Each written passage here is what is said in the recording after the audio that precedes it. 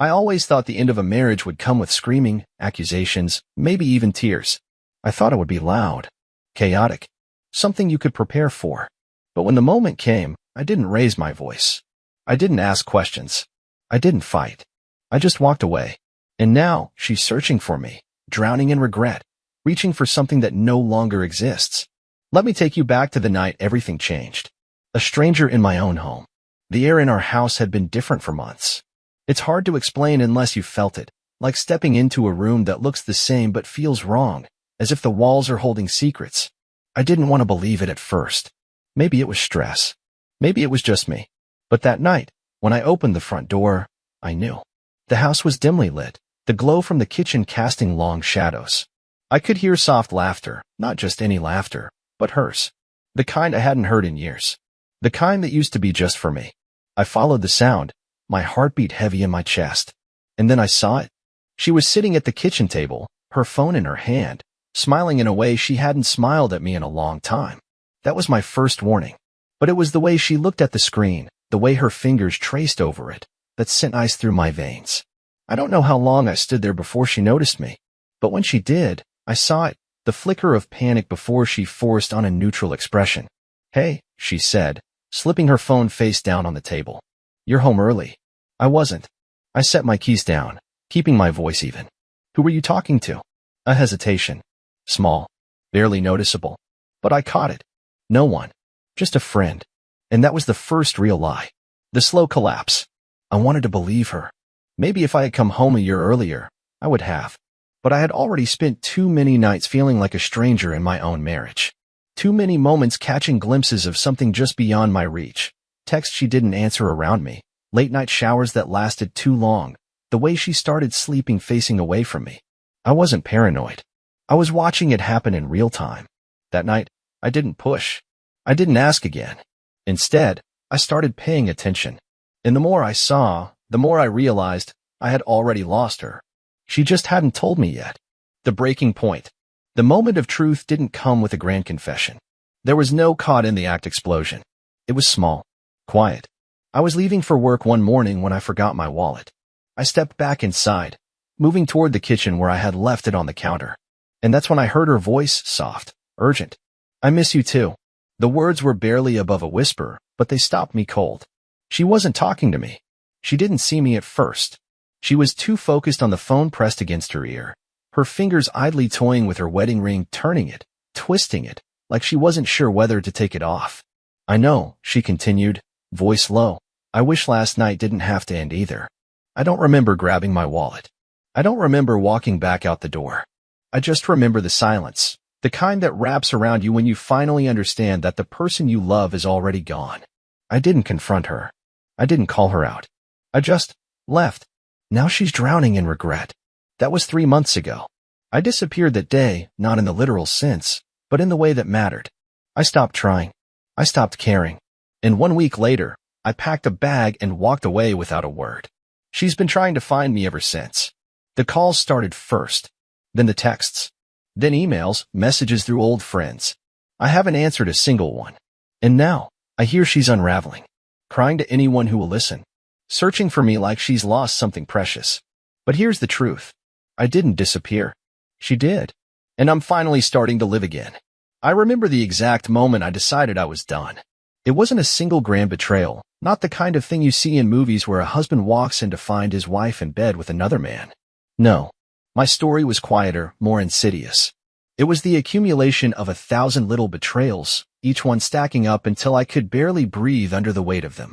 I didn't leave because of one moment. I left because of years of moments that chipped away at me until there was nothing left to hold on to. The day after I overheard her whispering on the phone, I went to work like nothing had happened. I sat through meetings, answered emails, and smiled at people in the hallway. But inside, I felt hollow, numb. I barely heard a word anyone said. My mind kept replaying her voice in my head. I wish last night didn't have to end either.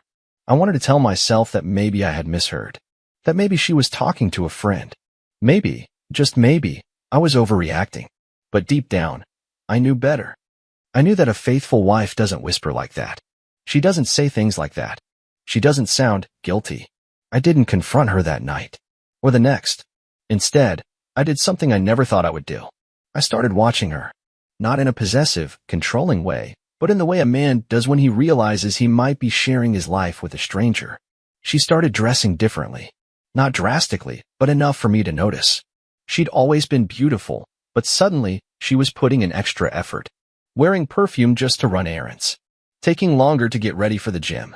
Checking her phone constantly, then flipping it over as soon as I walked into the room. But the worst part? She stopped looking at me.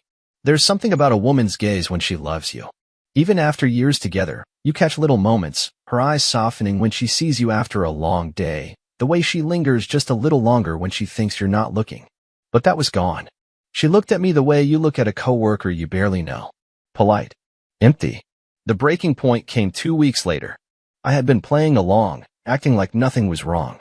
But inside, I was already making plans. Figuring out what I needed to do. Then, one evening, she left her phone on the kitchen counter while she took a shower. Normally, she never left it unattended. But this time she did. And it lit up with a message that made my blood run cold. I can't wait to see you again. Last night was incredible. I stared at the words, my hands tightening into fists at my sides. There it was. The confirmation I had been dreading. No more doubts.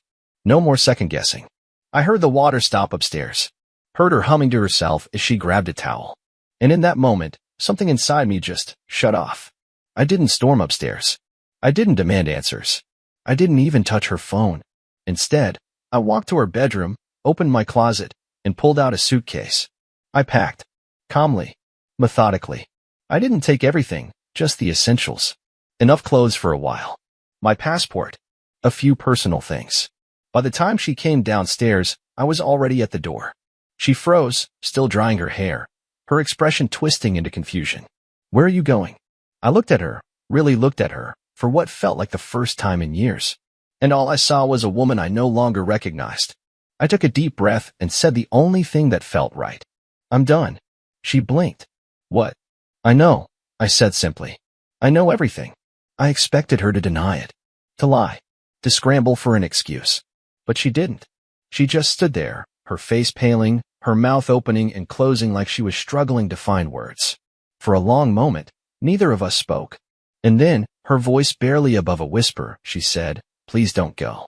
But I didn't answer. I just walked away. That was 3 months ago. Since then, she's been trying to find me. She started with texts, then calls, then messages through mutual friends. At first, they were angry, accusing. You don't just leave like that. We need to talk. But when I didn't respond, they changed. I made a mistake. I'm so sorry. Please, I need to see you. I don't know how to fix this, but I'll do anything. But I don't believe her. I don't think she's sorry for what she did. She's sorry for what she lost. For what she threw away. And now, I'm the one she can't replace. But I'm not coming back. I walked away in silence. And that silence? It's louder than any words she could ever say. I never imagined how powerful silence could be. How it could consume someone, drive them to the brink, make them desperate for a single response, a single word. I used to think that when relationships end, the pain comes from the shouting, the accusations, the bitter fights. But I was wrong. It's the absence that hurts the most. She's drowning in it now. I disappeared from her world without a sound, and now, she's clawing at the empty spaces I left behind, trying to find me, trying to bring me back. But there's nothing left to bring back. The man she once knew, the one who believed in her, trusted her, loved her, that man is gone. But it didn't happen overnight. And if I'm honest, I don't think she ever thought I'd leave at all. After I walked out that night, I expected to feel something, anger, grief, maybe even relief. But mostly, I felt empty. I drove for hours, not even knowing where I was going. I ignored my phone as the notifications started piling up. The calls. The texts. At first, I thought I might stop somewhere, a motel, a friend's place. But I didn't want to see anyone. I didn't want to explain. So I just drove. It wasn't until I hit the next state line that I finally pulled over at a rest stop, turned off the car, and just sat there, staring at nothing. My hands still gripping the steering wheel like it was the only thing keeping me grounded. She had betrayed me, lied to me, and yet, I still felt this sick, nagging instinct to forgive her, to turn back, to give her a chance to explain. And that's when I realized how deep her hooks had sunk into me. I wasn't just walking away from her. I was walking away from the version of myself who had spent years making excuses for things that didn't sit right. The gut feelings I had ignored. The little moments that should have made me stop and think. But instead, I had pushed them down, buried them under trust and love. I was mourning the part of me that still wanted to believe in her. The first night away was the hardest. I checked into a small roadside motel under a name that wasn't mine. I turned off my phone completely, resisting the urge to read her messages, to hear her voice. I told myself I'd sleep, but of course I didn't. My mind wouldn't let me. I kept replaying everything. The way she had looked at me when I said, "I know everything." Like a child caught stealing, not truly sorry, just afraid of the consequences. And I realized something in that moment. She hadn't lost me that night. She had lost me months ago. She just didn't realize it. She had been drifting away, little by little, pushing me further without even noticing. And I had let her. I had been so wrapped up in loving her, in wanting our marriage to work, that I ignored the fact that I was the only one still fighting for it. She had checked out long before I ever walked out that door. When I woke up the next morning, if you could even call it waking up, since I barely slept, I finally turned my phone back on. I expected missed calls, messages. And I was right. But what I didn't expect was how quickly she had shifted gears. At first, the messages were panicked. "Please talk to me. I didn't mean for this to happen. Just tell me where you are. I need to see you." But when I didn't respond, they changed. The next wave of text was angry. "You're really going to throw everything away over this? You're acting like a child, Lowell. Fine. Be a coward." I almost laughed at that one. Coward? I had stayed silent while she had ripped apart our marriage piece by piece. I had spent months, years, pushing down every doubt, every suspicion, every ache in my chest when she pulled away from me. I had fought for her long after she had stopped fighting for me. And yet, I was the coward? No, I was just done. I didn't respond. I didn't give her the fight she wanted. And as the days passed, the messages kept coming, shifting between regret and blame, apologies and anger. She was unraveling, realizing that I wasn't coming back. And I think that terrified her more than anything. It's been 3 months now. I have a new apartment, a new city, a new life. It's quiet, but it's mine. I don't look over my shoulder anymore. Don't check my phone expecting another message from her. I don't wake up in the middle of the night reaching for someone who isn't there. But I know she's still looking for me. Friends have told me she's been asking around, trying to figure out where I went. She's still sending emails, still reaching out to people from my past, hoping for some kind of closure. But she won't find me. Because the truth is, she didn't just lose me when I walked out that night. She lost me the moment she decided I wasn't enough. And now, she's drowning in the regret of realizing that I was. I never realized how much of myself I had given away until I finally left. It wasn't just about walking out that night. It was about all the pieces of me I had let her take over the years. My trust, my patience, my ability to forgive even when I shouldn't have. And yet, for all the silence I've given her since I left, it's her screams that echo now. She's been searching for me, calling old friends, digging through memories, retracing her steps, trying to figure out where she went wrong. She doesn't understand that she didn't just lose me when I packed my bags. She lost me long before that. The day after I left, I found myself sitting in a small coffee shop 2 towns over, staring at a cup of black coffee that had long since gone cold. I had no idea where I was going, no plan, just an overwhelming need to be anywhere but there. The reality of what I had done hadn't hit me yet. It felt like I had stepped outside of my own life, watching from a distance as someone else lived it. A man sat down at the table next to me, older, maybe in his 60s. He was reading a newspaper. Who even still does that? But I envied him, this stranger with his routine, his ordinary day. I wondered if he had ever sat where I was now, feeling like the ground had just disappeared beneath his feet. I didn't realize I was staring until he looked up and gave me a knowing nod. "Rough morning?" he asked. I laughed, a bitter, hollow sound. Something like that. He studied me for a moment, then gestured to my untouched coffee. "You look like a man who just lost something important." I exhaled, shaking my head. I think I just lost something that was already gone. He didn't ask for details. Didn't press. Just nodded again like he understood more than I had said. And maybe he did. Because for the first time, I realized I wasn't sad. I wasn't devastated. I wasn't broken. I was just free. But she wasn't. Over the next few days, my phone became a landmine of unread messages. At first, I ignored them all. Then, out of curiosity, or maybe weakness, I opened one. "I don't know where you are, but I need to talk to you. Please." I stared at the words for a long time, but they meant nothing to me now. I pictured her sitting in our empty house, staring at her phone the way I had once stared at her, waiting for a sign that she still cared. But unlike me, she had made her choice. She had just never expected me to make one too. A few days later, a mutual friend texted me. "She's losing it, man. She thought you'd come back by now. I don't think she knows what to do with herself." I didn't respond. What was there to say? That this was exactly why I had left? That she had never considered the possibility of me leaving? I think part of her always believed I would stay.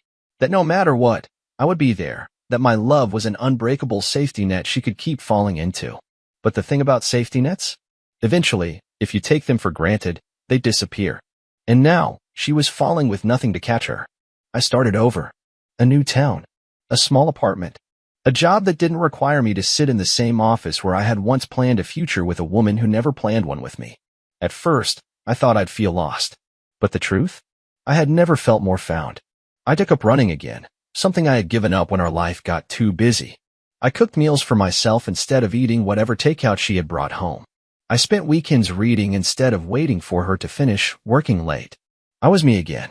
And yet, she still hadn't figured out how to be without me. Another text came a few weeks later. "I miss you. Can we talk?" For a second, just a second, I almost responded.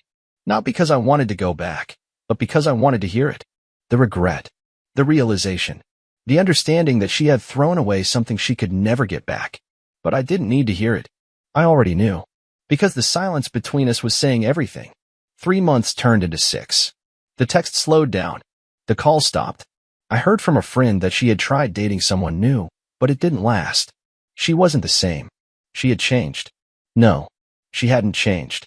She had just finally felt what I had been feeling all those years. Loneliness. Emptiness. The crushing weight of knowing you let something good slip through your fingers. And unlike me, she didn't know how to start over. It's been nearly a year now. I don't know where she is, and for the first time, I don't care. I used to wonder how she could look me in the eyes while she was lying to me. How she could smile at me while she was giving herself to someone else. I used to question whether I had been enough. But now, I see the truth. I was too much for someone who didn't deserve me. And she was never enough for the man I've become. I always thought heartbreak would feel like a physical wound, sharp, unbearable, impossible to ignore. But in reality, it wasn't a single devastating blow. It was a slow unraveling, a quiet suffocation, a steady, gnawing realization that the person you had built your world around was never really there with you. I don't think I truly understood that until I was already gone. The first time I saw my reflection after leaving, I barely recognized myself. I was standing in the tiny bathroom of a roadside motel, staring into a mirror that was smudged with water stains and years of careless cleaning. My face looked hollow, my eyes tired, but there was something else there, too, something new. Or maybe something old. A part of me that had been buried beneath years of compromise, of looking the other way, of convincing myself that love meant enduring whatever was thrown at me.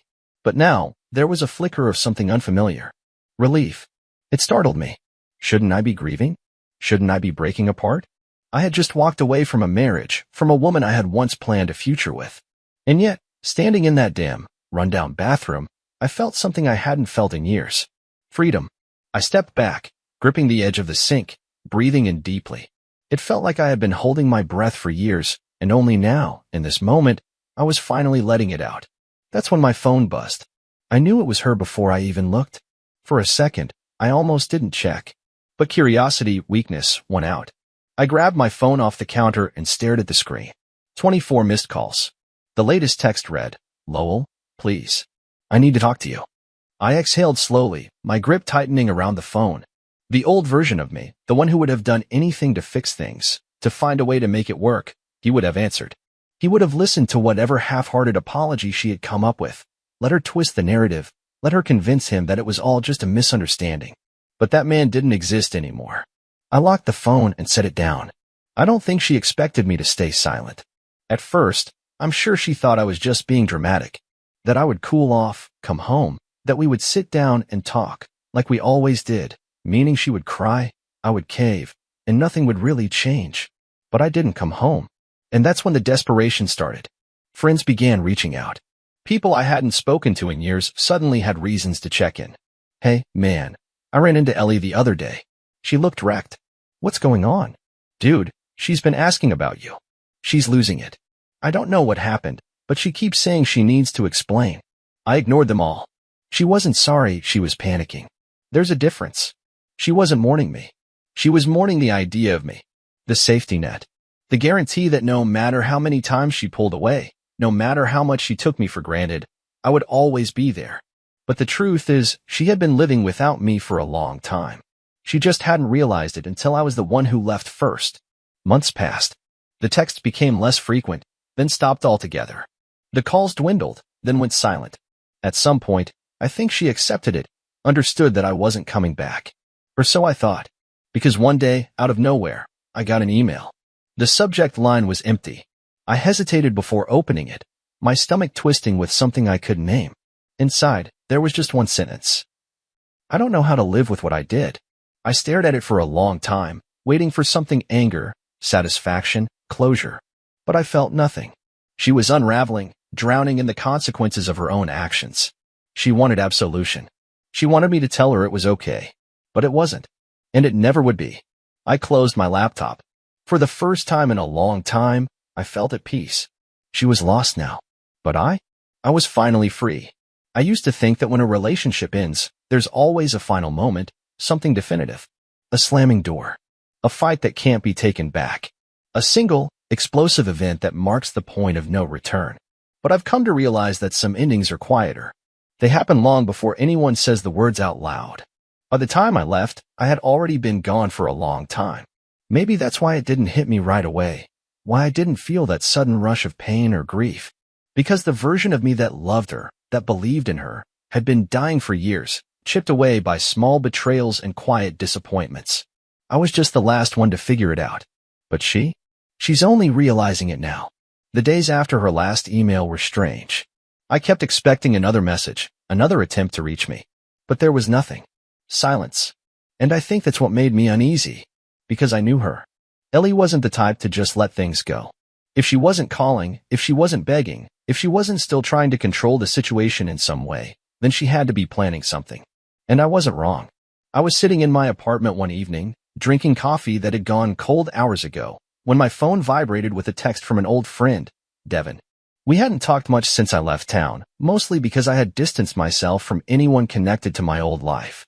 But for some reason, seeing his name made my stomach twist. Dude, she's looking for you. I didn't respond. I just stared at the screen, jaw tightening. A minute later, another message came through. She showed up at my place, asking where you were. Said she just needed to talk to you one last time. I sighed, rubbing a hand over my face. I should have seen this coming. She wasn't letting go. Not because she wanted me back, but because she wanted to be the one who decided when it was over. That was how she worked, always in control, always the one setting the rules. But this time, she didn't get to decide. I typed out a quick response. I don't care. Don't tell her anything. He answered almost immediately. Man, I wouldn't. Just thought you should know.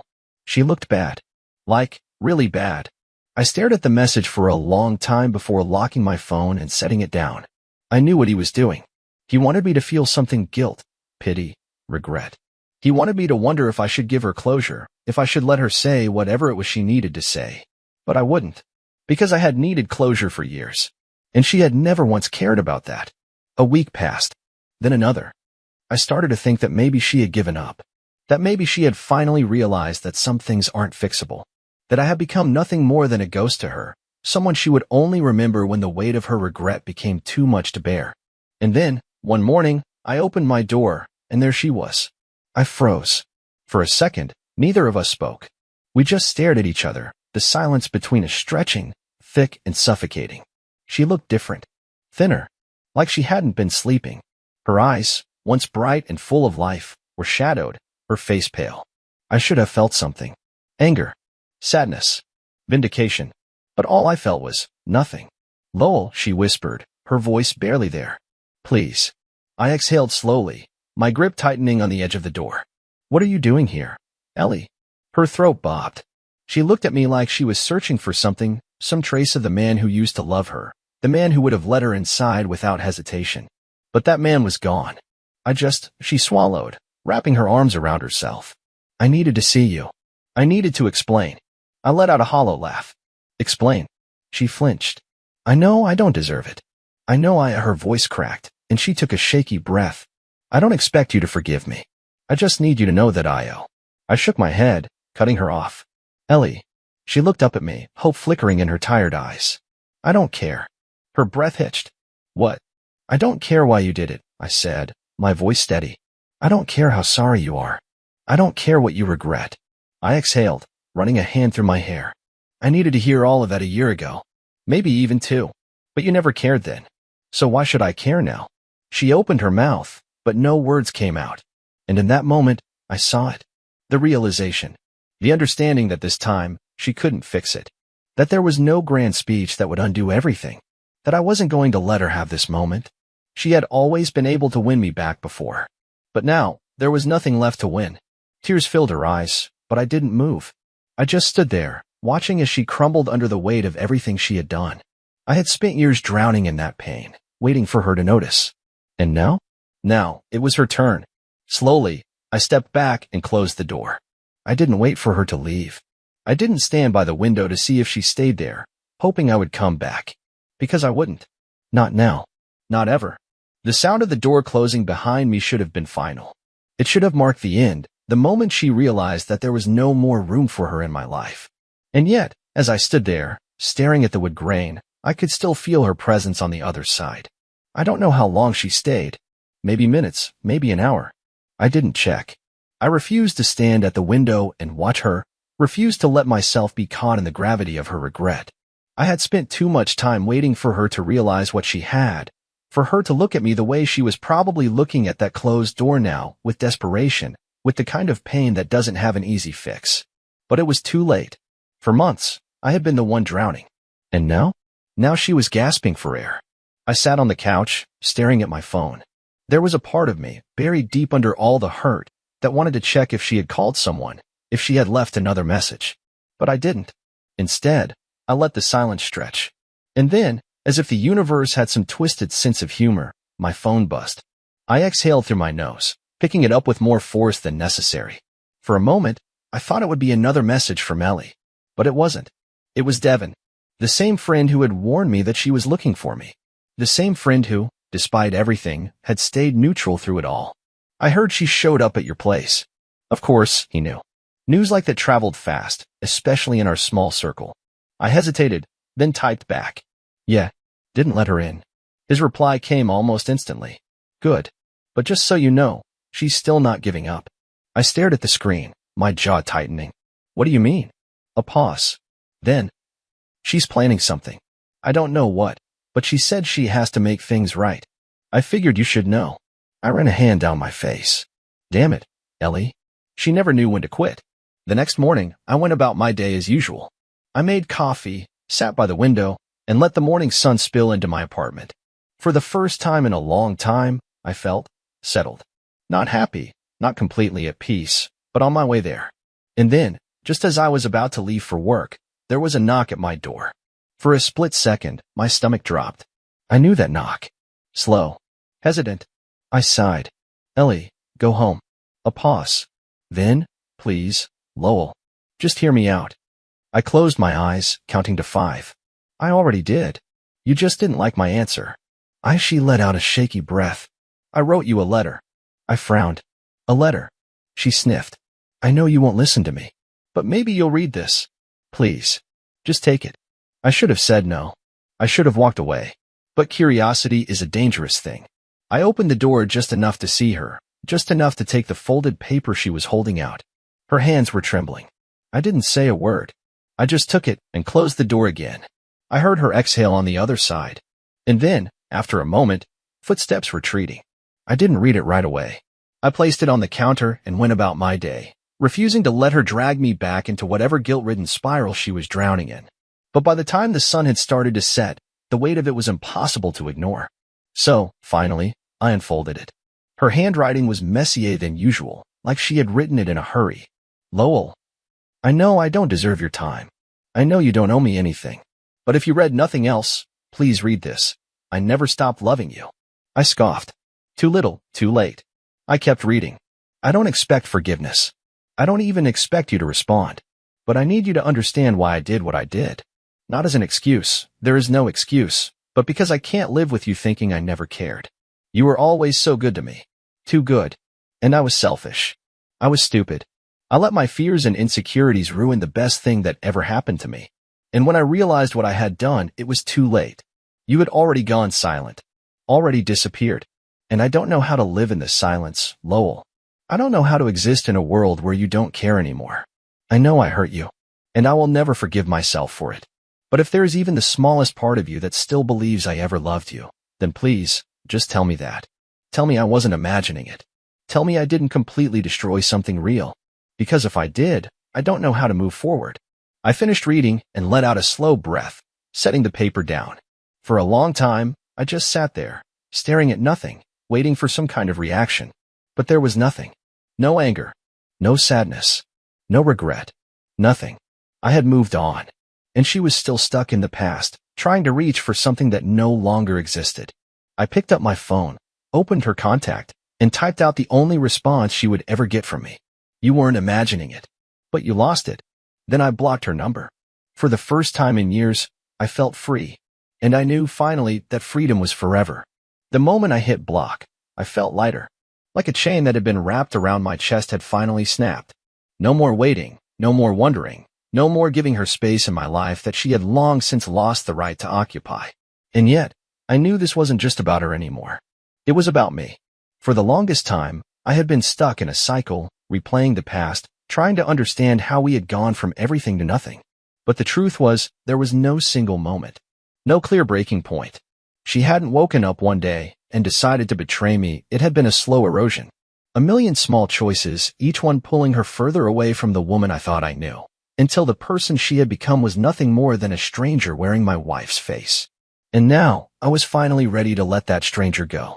The next morning, I woke up feeling different. Lighter. Clearer. For the first time in a long time, I didn't check my phone first thing. I didn't wake up with a tightness in my chest, wondering what kind of message might be waiting for me. Because it didn't matter anymore. I had chosen myself. And that choice was final. Weeks passed, then months. I got used to my new life, my new routines. I stopped thinking about her. And slowly, I started living again. It wasn't some dramatic transformation. There was no overnight epiphany. Just small moments of clarity, days where I didn't think about the past at all.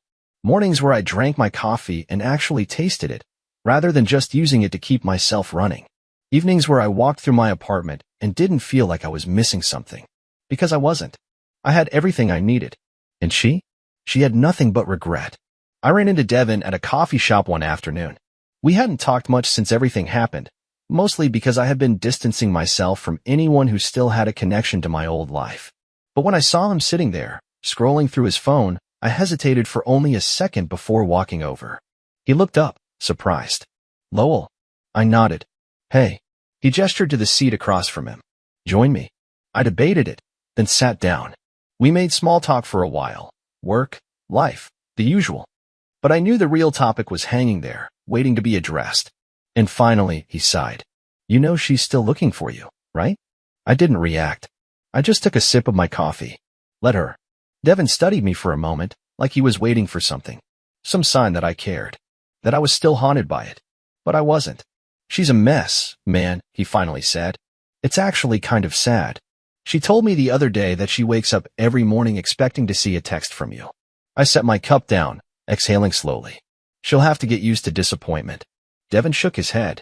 I don't think she will. And maybe that was true. Maybe Ellie would never let it go. Maybe she'd spend the rest of her life searching for a way to undo what she had done, waiting for an answer that would never come. But that wasn't my problem anymore. I stood up, grabbing my coat. Take care, Devin. He looked at me for a long moment, then nodded. You too, man. I walked out of that coffee shop and never looked back. I didn't check my phone. I didn't think about her. I just walked forward. Because my story didn't end with her regret. It began with my freedom.